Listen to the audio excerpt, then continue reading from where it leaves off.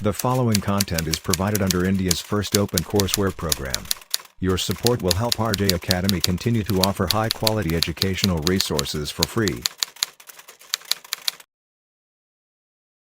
Molecular spectroscopy के इस course में सबसे पहले मैंने आपके साथ सिलेबस को डिस्कस किया कि आखिर किस तरीके से हम आरजे एकेडमी के यूट्यूब चैनल के ऊपर मॉलिक्यूलर स्पेक्ट्रोस्कोपी को पढ़ने वाले हैं। स्टार्ट किया था हम लोगों ने रोटेशनल स्पेक्ट्रोस्कोपी से, और रोटेशनल स्पेक्ट्रोस्कोपी के लिए आप लोग bore frequency condition, selection rule और पॉपुलेशन रेशियो को पढ़ चुके हो।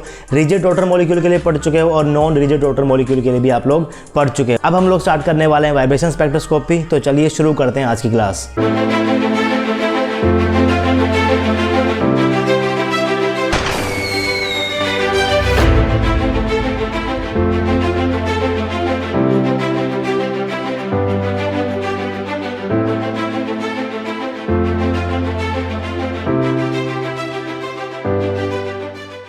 Hey guys, this is RJ and welcome to RJ Academy. So this is lecture number 10 of molecular spectroscopy. अभी तक 9 lectures already upload कर चुका हूँ। अगर आप लोगों ने previous lectures नहीं देखे हैं, फर्स्ट टाइम मेरे चैनल के ऊपर आए हो, तो सबसे पहले तो चैनल को सब्सक्राइब कर लो। सब्सक्राइब करते हुए बेल आइकन ज़रूर प्रेस करना ताकि आपके पास नोटिफिकेशन पहुँच जाए जब भी मैं यहाँ पर कोई नया लेक्चर अपलोड करूँ। और सब्सक्राइब करने के बाद सीधा जाओ मोलिकुलर स्पेक्ट्रोस्कोपी की प्लेलिस्ट के अंदर, और वहाँ पर आप लोग मोलिकुलर स्पेक्ट्रोस्कोपी को बिल्कुल स्टार्टिंग से फॉलो कर सकते हो।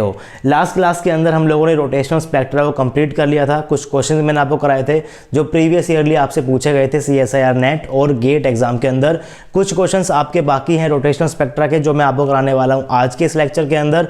तो वीडियो को पूरा देखना। अगर आपको स्पीड स्लो लगती है तो आप वीडियो को 1.75x के ऊपर देख सकते हो। 2.0x के ऊपर मैं काफ़ी ज़्यादा वियर्ड साउंड करता हूँ, तो 1.75x ठीक रहेगी। उसके ऊपर आप लोग वीडियो को तेज देख सकते हो। आज का टॉपिक मैंने आपके सामने यहाँ पे लिखा हुआ है वाइब्रेशन स्पेक्ट्रा, और आज हम लोग पढ़ने वाले हैं वाइब्रेशन स्पेक्ट्रा के केस के अंदर बोर फ्रीक्वेंसी कंडीशन। जैसा मैंने आपको पढ़ाया था रोटेशन स्पेक्ट्रा के अंदर, पहले हमने पढ़ी थी बोर फ्रीक्वेंसी, फिर पढ़ा था सिलेक्शन रूल, फिर पढ़ी थी पॉपुलेशन रेशो। ये तीनों कंडीशन पढ़ी हम लोगों ने रिजिड रोटर के लिए। उसके बाद उसके अंदर हमने परटर्बेशन किया, और नॉन रिजिड रोटर के लिए हम लोगों ने रोटेशन स्पेक्ट्रा को पढ़ लिया, उसके ग्राफ को समझ लिया। स्पेक्ट्रा को देखकर कैसे आप लोग इंफॉर्मेशन निकाल सकते हो, कैसे आप लोग इंटर न्यूक्लियर डिस्टेंस को निकाल सकते हो, वो सब चीजें आप लोग सीख चुके हो। अब वाइब्रेशन स्पेक्ट्रा से आप लोग निकाल सकते हो किसी भी बॉन्ड की बॉन्ड डिसोसिएशन एनर्जी। तो कैसे निकालते हैं, उसके लिए आपको वाइब्रेशन स्पेक्ट्रा को समझना पड़ेगा। और समझने के लिए पहले हम लोग पढ़ेंगे तीनों कंडीशन एक आइडियल कंडीशन को मानते हुए, यानी कि सिंपल हार्मोनिक मॉडल को लेकर हम लोग वाइब्रेशन स्पेक्ट्रा पढ़ेंगे। उसके बाद इसके अंदर परटर्बेशन करेंगे और सिंपल एन हार्मोनिक ऑसिलेटर के लिए पढ़ेंगे, जिसके अंदर फंडामेंटल बैंड, हॉट बैंड, इन सब चीज़ों की बात करेंगे। तो आज बेसिक इंट्रोडक्शन पढ़ाऊंगा और बोर फ्रीक्वेंसी कंडीशन पढ़ाऊंगा, वाइब्रेशन स्पेक्ट्रा कोरस्पॉन्डिंग, और कुछ क्वेश्चंस पढ़ेंगे इस पर्टिकुलर टॉपिक से रिगार्डिंग और रोटेशनल स्पेक्ट्रोस्कोपी से रिगार्डिंग। सबसे पहले मैंने यहाँ पर लिखा हुआ है every molecule have vibrational frequency because it is consider that bond in the molecule behave as a spring and ideally vibration motion are considered as simple harmonic nature। Simple harmonic motion को आप लोग class 11th के अंदर physics के अंदर भी पढ़ते हो। अगर आपको थोड़ा बहुत वहाँ से याद तो आपको पता हो कि आप लोग क्या करते थे, स्प्रिंग को इस तरीके से आप लोग यहाँ से क्या करते थे, पोजीशन से डिस्प्लेस करते थे। उसके बाद आपके पास यहाँ पर क्या होता था, एक रिस्टोरिंग फोर्स होता था, और ये फोर्स आपका डायरेक्टली प्रोपोर्शनल होता था जितना भी आपने यहाँ पर डिस्प्लेसमेंट किया है, इस डिस्प्लेसमेंट के साथ यहाँ पर नेगेटिव साइन के साथ। तो ये चीज़ें आप लोग क्लास 11th के अंदर पढ़ चुके। सिंपल हार्मोनिक मोशन बिल्कुल भी मुश्किल मोशन नहीं है। एक आपके पास क्या होता है, यहाँ पर मान लीजिए आपके पास यहाँ पर कोई वॉल है, इस वॉल के ऊपर आपके पास यहाँ पर क्या है, स्प्रिंग अटैच है। इस स्प्रिंग के इस एंड को अगर आप लोग यहाँ पर इस x डिस्टेंस से क्या करोगे, अगर आप लोग इसको डिस्प्लेस करोगे, तो स्प्रिंग की टेंडेंसी होती है कि वापस क्या करेगा, ये यहाँ पर कम बैक करेगा। और ये जो कम बैक करता है, ये जो फोर्स यहाँ पर लग रहा है, इस रिस्टोरिंग फोर्स को आप लोग क्या बोलते हो, कि जो रिस्टोरिंग फोर्स है आपका डायरेक्टली प्रोपोर्शनल होता है जो डिस्प्लेसमेंट आपने की है इसके नेगेटिव साइन के साथ। नेगेटिव साइन इसलिए आप लोगों ने क्योंकि डिस्प्लेसमेंट आपने की है इस डायरेक्शन के अंदर, और रिस्टोरिंग फोर्स लग रहा है अपोजिट डायरेक्शन के अंदर। तो नेगेटिव साइन इसलिए आपके पास यहाँ पर आता है, और ये फोर्स आपका डायरेक्टली प्रोपोर्शनल होता है -x के। उसके बाद आप लोग क्या करते हो, यहाँ पर कांस्टेंट को इंट्रोड्यूस करते हो, k इंटू मैक्स लगाते हो, और इसकी आप लोग क्या बोलते हो, वाइब्रेशनल कांस्टेंट बोलते हो। इसका काफ़ी यूज होने वाला है वाइब्रेशनल स्पेक्ट्रा के अंदर। तो इन फॉर्मूले को आप लोग पढ़ चुके हो क्लास 11th में। अब हम लोग पढ़ेंगे कि आखिर इसका हम लोग कैसे केमिस्ट्री के अंदर यूज़ कर सकते हैं, इस मोशन के थ्रू हम लोग कैसे बॉन्ड डिसोसिएशन एनर्जी को निकाल सकते हैं, क्योंकि एक बॉन्ड स्प्रिंग की तरह ही बिहेव करता है। तो अगर स्प्रिंग की तरह बिहेव करता है तो उसके नेचर से हम लोग बॉन्ड के नेचर को डायरेक्ट रिलेट कर सकते हैं और वहाँ से हम लोग क्या निकाल सकते हैं, वो बॉन्ड टूटने के लिए कितनी एनर्जी चाहिए, यानी कि बॉन्ड डिसोसिएशन एनर्जी हम लोग वहाँ से निकाल सकते हैं। The expressions for vibration energy levels for diatomic molecule that is obtained by Schrodinger equation through simple harmonic oscillator is. Quantum chemistry में आपको ऑलरेडी पढ़ा चुका हूँ आरजे एकेडमी के यूट्यूब चैनल के ऊपर। अगर आप लोगों ने नहीं पढ़ा अभी तक क्वांटम केमिस्ट्री तो प्लीज़ पढ़ लीजिए। मॉलिक्यूलर स्पेक्ट्रोस्कोपी पढ़ते वक्त काफ़ी यूज़ होता है आपकी क्वांटम केमिस्ट्री का।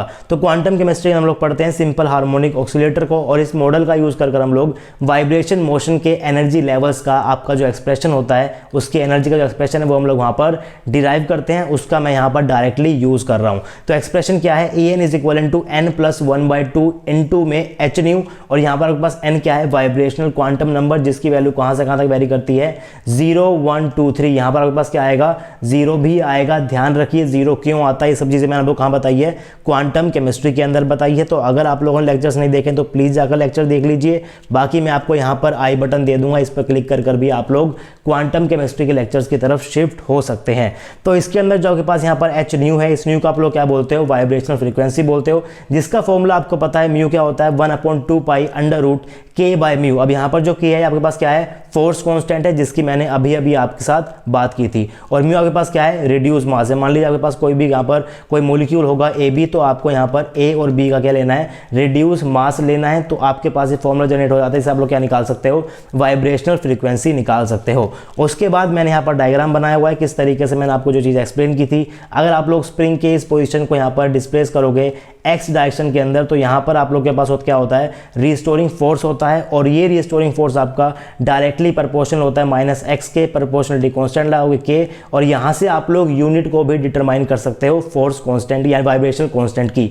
आपके पास यहाँ पर क्या आ गया, F/x। F क्या है, फोर्स यूनिट आपके पास क्या होती है, न्यूटन, और x क्या है, डिस्प्लेसमेंट, उसकी आपके पास क्या होगी, मीटर, यानी कि यूनिट आपके पास बन जाएगी न्यूटन पर मीटर।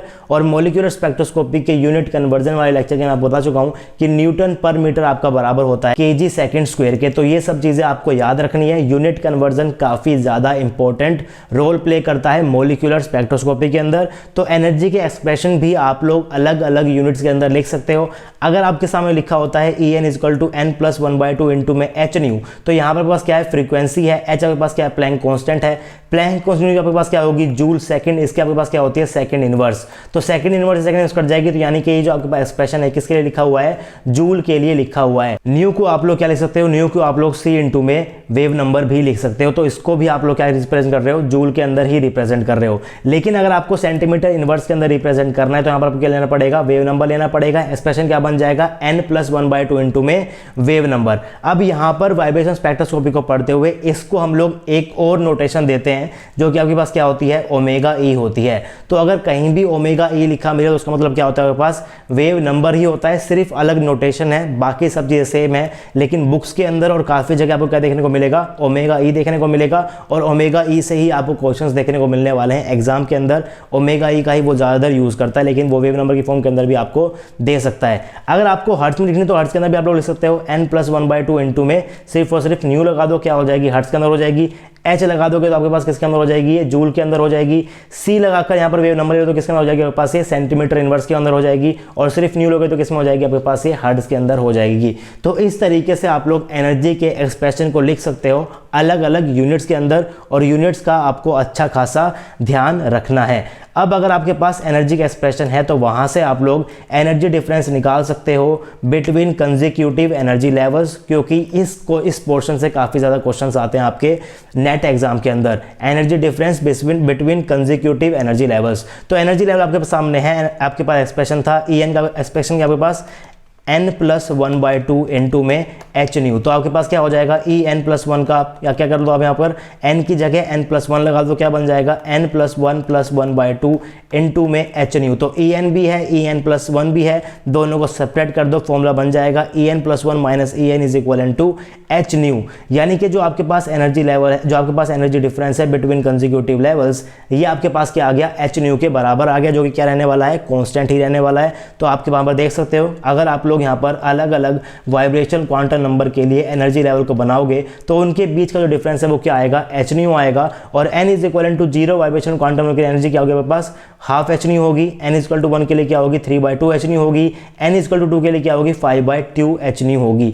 तो हर एक स्टेट की एनर्जी भी आपको निकालनी आनी चाहिए, उनके बीच का डिफरेंस क्या है, कंसेक्यूटिव एनर्जी के बीच में डिफरेंस क्या है, उसका फॉर्मूला याद कर लो। और अगर आप लोग वो आपसे वो कुछ भी पूछता है, मान लीजिए उसने आपसे पूछ लिया क्या कि आपके पास यहाँ पर जो 4th एनर्जी लेवल है और आपके पास जो 0th एनर्जी लेवल है, इनके बीच का डिफरेंस क्या है, तो उसके लिए आप लोग क्या यूज कर सकते हो, एनर्जी का जनरल एक्सप्रेशन यूज कर सकते हो। अब एनर्जी डिफरेंस के फॉर्मूले को भी आप लोगों को अलग अलग यूनिट्स के अंदर याद करना है। अगर आप लोग जूल के अंदर देख रहे हो तो आपने अभी भी देखा है half h new, 3/2 h new, 5/2 H new, 7/2 H new, difference आपके पास क्या हो गया, एच न्यू हो गया।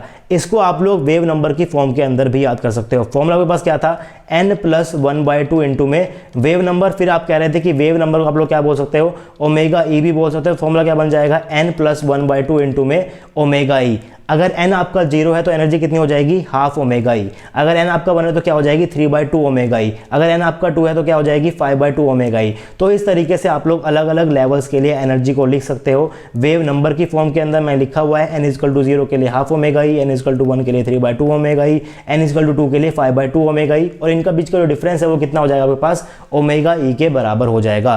तो energy difference between consecutive energy levels का फॉर्मूला बहुत इंपॉर्टेंट है, यहाँ से काफ़ी क्वेश्चंस आएंगे। तो आपको वो जूल की फॉर्म के अंदर भी याद करना है और वेव नंबर की फॉर्म के अंदर भी याद करना है। अब एक बात तो बहुत सिंपल है, अगर आपके पास यहाँ पर किसी वॉल के अगेंस्ट में एक स्प्रिंग होगी और इस एक स्प्रिंग के अगेंस्ट आपके पास यहाँ पे मेटल होगा, मान लीजिए कोई मेटल है, इस मेटल को अगर आप लोग इस डायरेक्शन के अंदर खींचोगे और फिर छोड़ दोगे तो ये स्प्रिंग इसको वापस खींचेगी। लेकिन अगर आप लोगों के पास ये सेम मेटल लगा हुआ है, लेकिन यहाँ पर पास क्या लगी हुई है, 2 स्प्रिंग लगी हुई है, फिर मान लो आपके पास यहाँ पर क्या लगी हुई है, 3 स्प्रिंग लगी हुई है, और इन तीनों के स्प्रिंग के ऊपर भी क्या है, सेम मेटल है। जो मेटल आपके पास यहाँ पर था वही सेम मेटल आपके पास क्या है, यहाँ पर है। अगर आप लोग यहाँ पर इसको खींचोगे तो अब यहाँ पर जो 3 स्प्रिंग है वो क्या लगाएगी, रिस्टोरिंग फोर्स लगाएगी। तो अगर 3 स्प्रिंग रिस्टोरिंग फोर्स लगा रही है तो वो फोर्स आपके पास क्या होने वाला है, ज़्यादा होने वाला है। यही बात हम लोग यहाँ पर पढ़ सकते हैं केमिकल बॉन्ड्स के बारे में भी। अगर आपके पास किसी भी डायटोमिक मॉलिक्यूल के बीच में, यानी कि डायटोमिक मॉलिक्यूल क्या हो गया, 2 एटम होंगे, अगर उन दोनों एटम के बीच में सिंगल बॉन्ड है, जैसे कि HCl के बीच में क्या होता है, सिंगल बॉन्ड है। अगर आपके पास कोई ऐसा एटम के बीच में क्या होता है, डबल बॉन्ड, यानी कि ऐसा कोई मॉलिक्यूल है जैसे कि O2, यहाँ पर आपके पास क्या है, डबल बॉन्ड है, तो इस मॉलिक्यूल के कोरस्पॉन्डिंग जो आपके पास K की वैल्यू होगी वो क्या होगी, ज़्यादा होगी, क्योंकि यहाँ पर आपके पास क्या है, 2 स्प्रिंग है। आप क्या कर सकते हो, इसको स्प्रिंग से रिलेट कर सकते हो। यहाँ पर क्या है, सिंगल बॉन्ड है, तो इसके अंदर जो आपके पास K की वैल्यू वो क्या होगी, रिलेटिवली लो होगी। तो जितने भी मॉलिक्यूल होंगे HCl, HF, Cl2, F2, जिसके अंदर क्या होते हैं, सिंगल बॉन्ड्स होते हैं, all have single bond, relatively low value of K। ऐसा ही आप लोग बोल सकते हो डबल बॉन्ड और ट्रिपल बॉन्ड वाले केस के अंदर O2, NO, CO, in case के अंदर आपके पास क्या है, all have more than single bond, bond का क्या है, 1 से बड़ा है। अगर डबल बॉन्ड होगा तो क्या होगा, बॉन्ड 2 होगा, तो ट्रिपल बॉन्ड होगा तो क्या होगा, 3 होगा। तो बॉन्ड ऑर्डर आपका 1 से बड़ा होगा तो relatively high value of K आपको देखने को मिलेगी। तो ये सभी चीज़ें मैंने यहाँ पर अच्छे से लिखी हुई है। अगर आपको देखने में कोई प्रॉब्लम हो रही है तो आप लोग डिस्क्रिप्शन बॉक्स में जाकर नोट्स को भी डाउनलोड कर सकते हो। वहाँ पर मैंने आपको एक PDF लिंक दिया हुआ है, उस पर क्लिक कर आप लोग क्या कर सकते हो, नोट्स को डाउनलोड कर सकते हो। तो रोटेशनल स्पेक्ट्रोस्कोपी हमने देखा था कि आपके पास जो आइसोटोपिक सब्स्टिट्यूशन है उसका क्या इफेक्ट पड़ रहा था। सेम इफेक्ट हम लोग पढ़ने वाले हैं वाइब्रेशनल स्पेक्ट्रोस्कोपी के अंदर भी।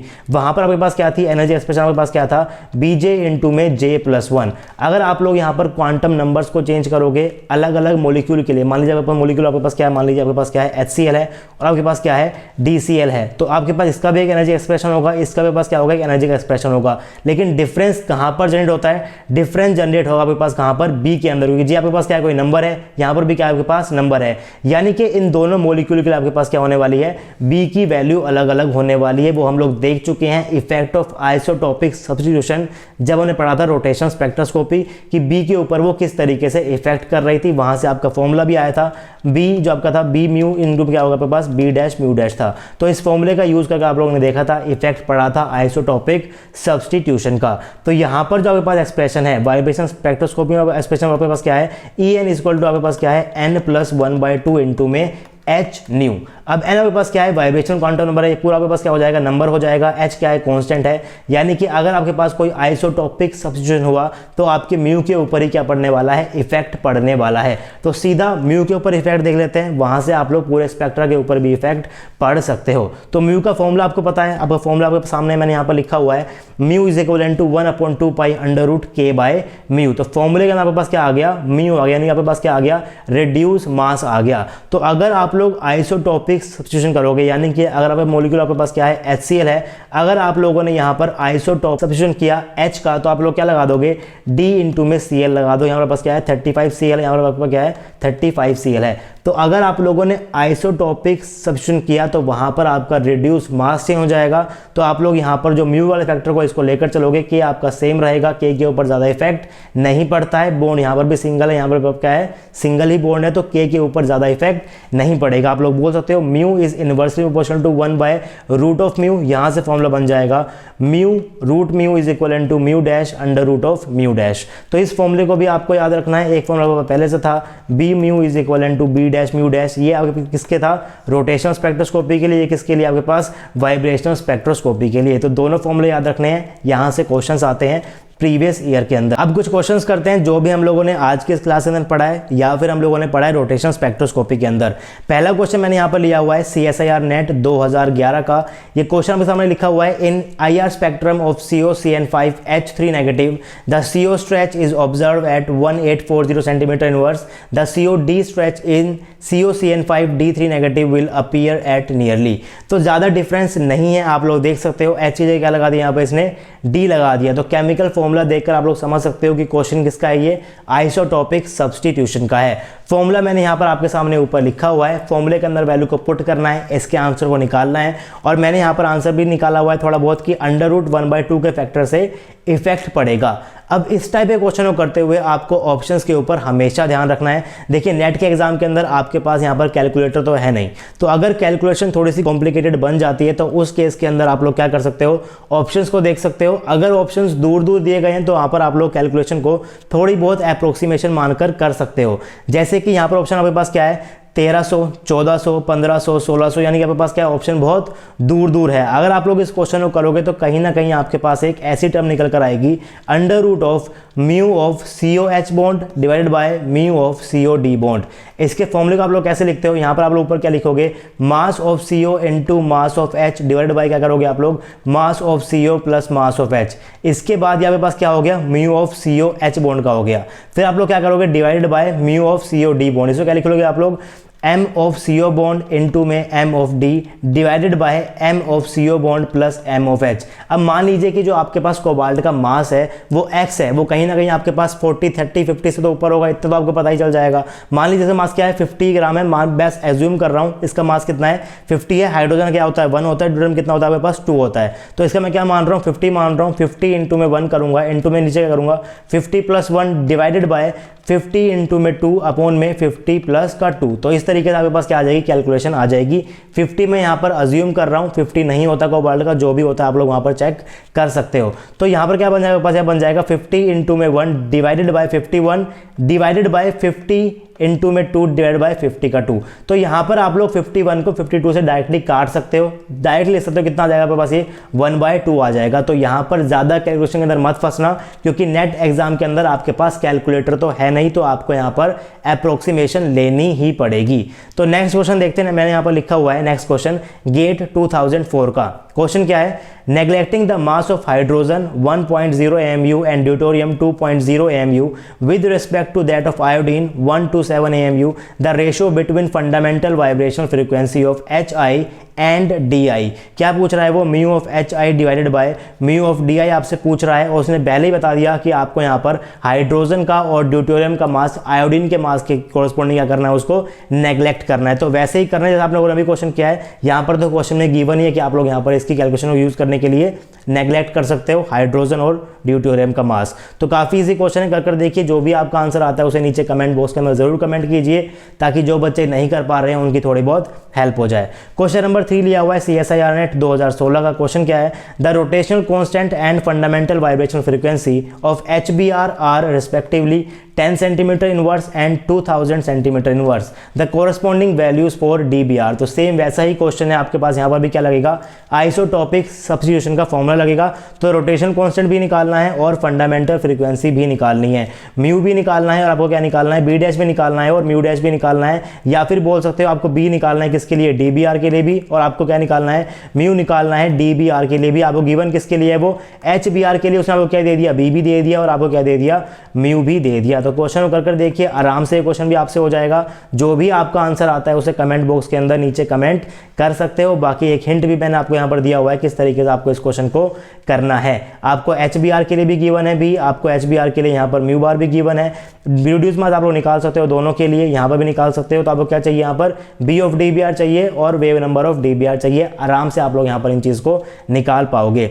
उसके बाद क्वेश्चन नंबर 4 लिया हुआ है CSIR नेट 2017 का, 16 के अंदर भी आया है, 17 के अंदर भी आया। क्वेश्चंस आते हैं मॉलिक्यूलर स्पेक्ट्रोस्कोपी के, काफ़ी इजी आते हैं, एक भी क्वेश्चन मुश्किल नहीं आता, बशर्ते आपने हर एक टॉपिक को अच्छे से पढ़ा हो।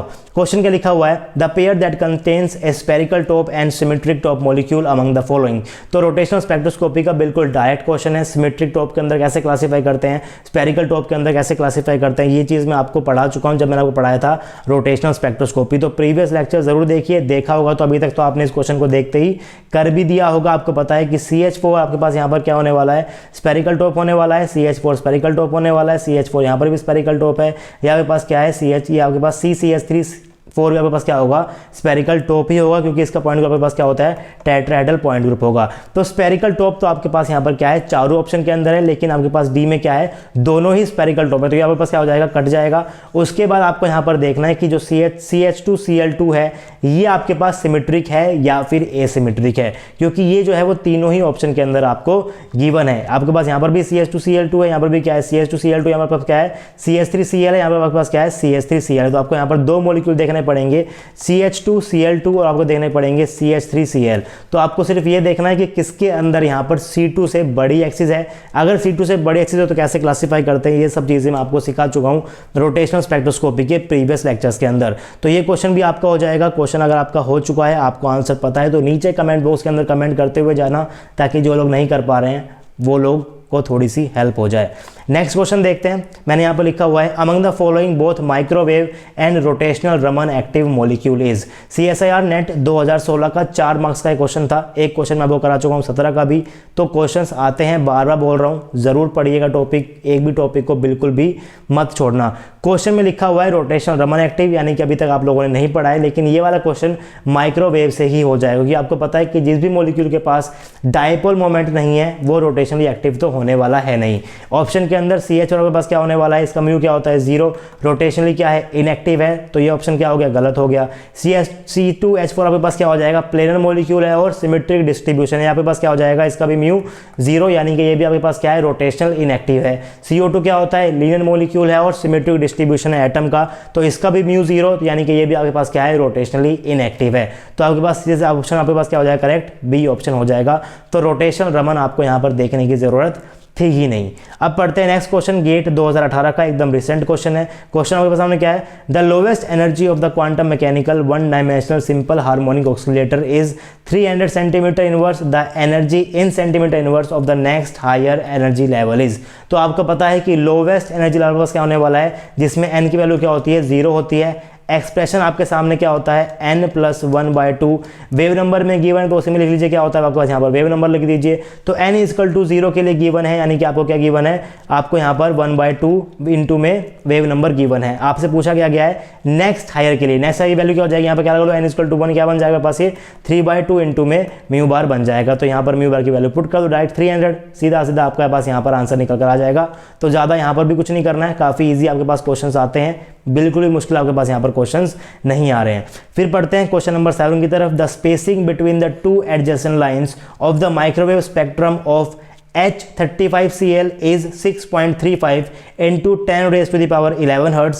Given that the bond length of D35Cl is 5% greater than that of H35Cl, the corresponding spacing for D35Cl is dash into में 10⁻11 Hz up to 2 decimal place, gate 2018 का ये क्वेश्चन है। तो क्वेश्चन काफ़ी आसान है। हम लोगों ने जब भी पढ़ी थी रोटेशन स्पेक्ट्रोस्कोपी, वहाँ पर मैंने आपको कहा था कि रोटेशनल कांस्टेंट के ऊपर इफेक्ट नहीं पड़ेगा अगर आप लोग वहाँ पर क्या चेंज कर रहे हो, आइसोटोपिक सब्स्टिट्यूशन कर रहे हो, क्योंकि बॉन्ड लेंथ पे इफेक्ट नहीं पड़ता। लेकिन यहाँ पर क्वेश्चन के अंदर मेंशन किया हुआ है कि बॉन्ड लेंथ के ऊपर इफेक्ट पड़ रहा है। भाई D35Cl की जो बॉन्ड लेंथ है वो क्या है, 5% ग्रेटर है। तो अगर आपकी HCl की बॉन्ड लेंथ x है तो उसकी आपके पास क्या हो जाएगी, इसकी 5% आपको उसके अंदर क्या करना पड़ेगा, ऐड करना पड़ेगा। x के अंदर क्या ऐड कर दो आप लोग, 5% ऑफ x ऐड कर दो। तो ये आपके पास क्या हो जाएगी, बॉन्ड लेंथ हो जाएगी इसकी D35Cl की। अगर आप लोग H35Cl की मानकर चलने वाले हो, x मानकर चलने वाले हो,